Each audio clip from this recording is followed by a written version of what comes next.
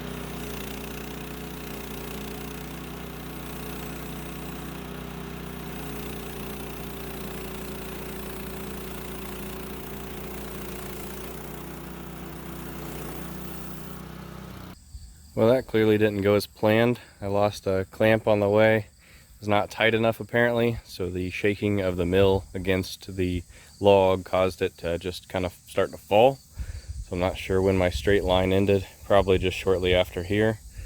I'll be looking back at my own footage for that. So I'll probably flip this, try and square it up along the bit that is straight here, push those two against some backstops, leaving this side open.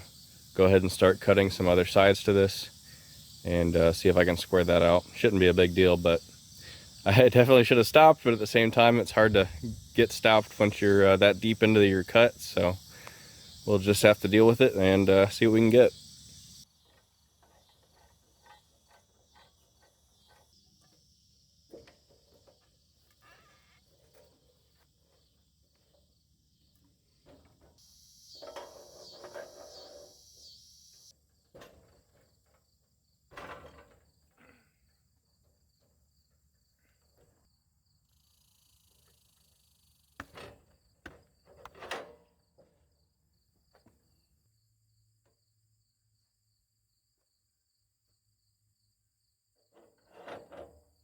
All right, now that I've got it loaded up here, you can definitely tell how it twists out at the end from that cut and where it started to get uneven. But I have lined it up at these two bunks to be nice and straight. So take a look at that other end over here. Really lost it there. Looks like just after the area right around here. So we'll go ahead and square up these other sides though, and get those cut off, and we should be back in business. Should be able to flip it to where this gets cut after we've evened out the other end there, so won't be that big of a deal.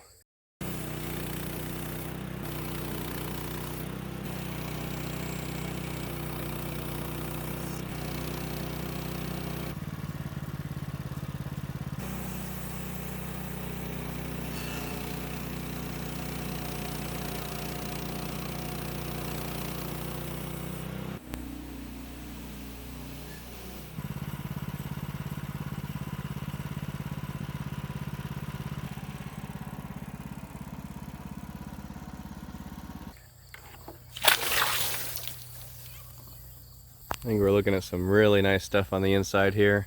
Really good heartwood. Excited to see what we can make out of this.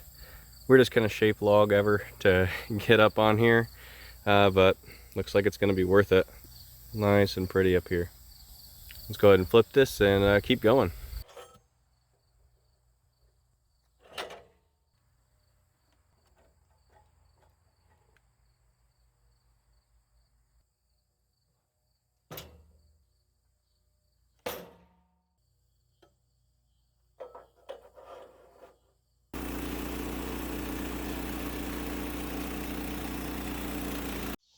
All right, so I've got this side squared with this, but the end of this, as we noted before, right around here stops being square, so diverts off to the side. We're gonna go ahead and flip. We'll butt this up against the side over there. With this square against that wall, we'll be able to go ahead and finish the cut here and get rid of that.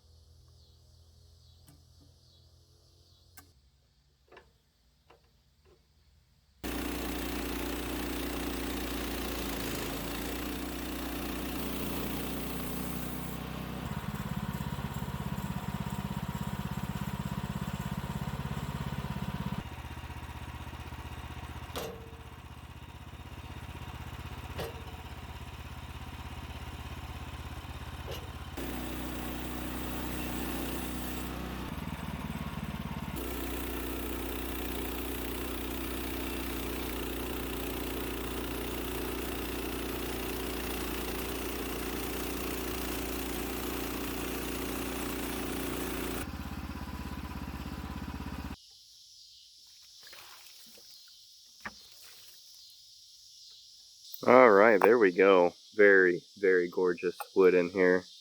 Just making some 1.5 inch pieces here. We'll see what we turn them into later. Hopefully we'll get a 2x6 out of the bottom. That's the plan, at least. Where this core is at, we're gonna have to avoid, of course, and so we don't have a big cracking board, but other than that, looking at some really nice lumber.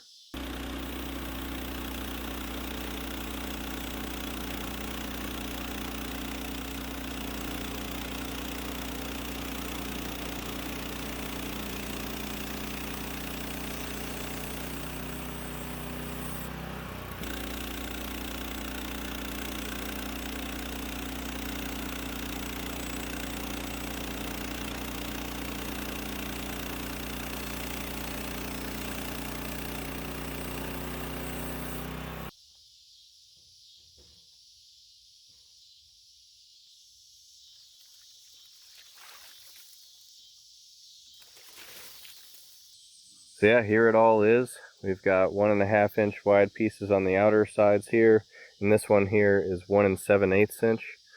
So just about had it to where we were gonna have even pieces here. Not quite. Really pretty grains in here. So we'll see what we end up making out of all this, but very excited to see we actually got something out of that gnarly piece of wood. That was just quite a pain to get up here, but I think it was well worth the effort. So I got those 3 pieces I just finished with. This was the piece I pulled off earlier, 1.5 inch thick. Then we've got this one here. This is also 1.5 inch thick, just a bit rougher of a cut. Might throw it through the table saw, get something nicer out of it, but might just be for outdoor rough cut uses.